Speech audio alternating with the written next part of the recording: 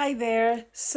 I received a comment about something that I said in one of my videos about me being born in the Windrush generation, towards the end of the Windrush generation, which is true. However, in that comment, it said, but how could that be true? Because Windrush was just from the ship from Jamaica.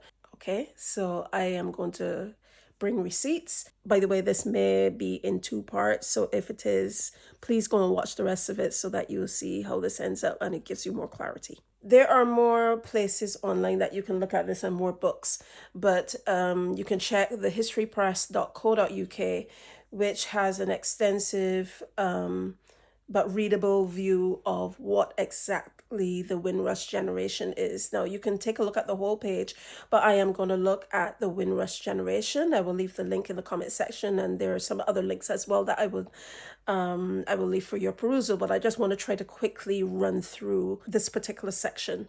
So, the arrival of the Empire Windrush in Britain in June 1948 was a landmark event that marked the beginning of post-war mass migration, and one that would change Britain's social landscape forever. The image of West Indians filing off the ship's gangplank is often used to symbolize the beginning of modern British multicultural society.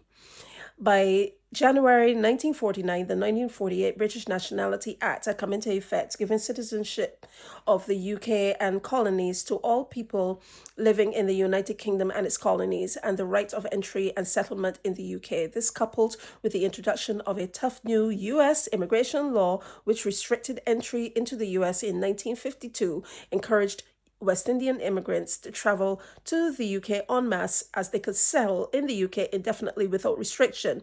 By 1956, more than 40,000 migrants from the West Indies had moved to Britain. Now, may want to say, but how could that be so? You don't look as if you were born in that era. No, this next paragraph is going to explain the extent of the Windrush generation and how long it was, all that sort of thing. And then this is going to bring some clarity without me having to really go into how old I am, but it will kind of give you an idea.